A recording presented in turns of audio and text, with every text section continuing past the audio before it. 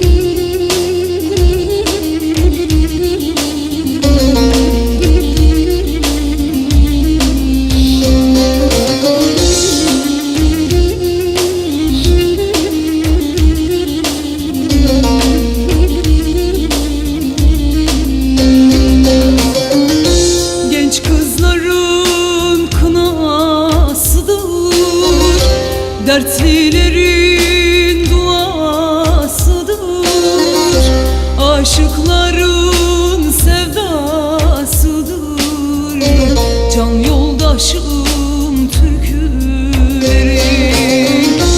Aşıkların sevdasıdır, arkadaşım, türkülerim.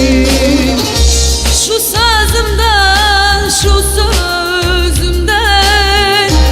uzak kaldım ben özümden.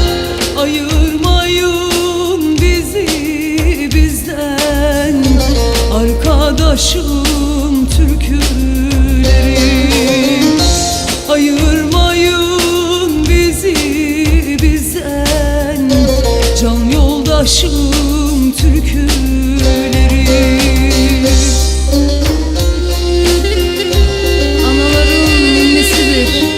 Bebelerin sevgisidir, duygularımın sesidir, arkadaşım, türkülerim.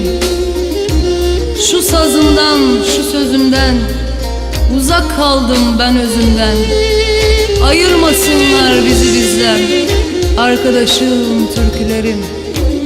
Can yoldaşım, türkülerim.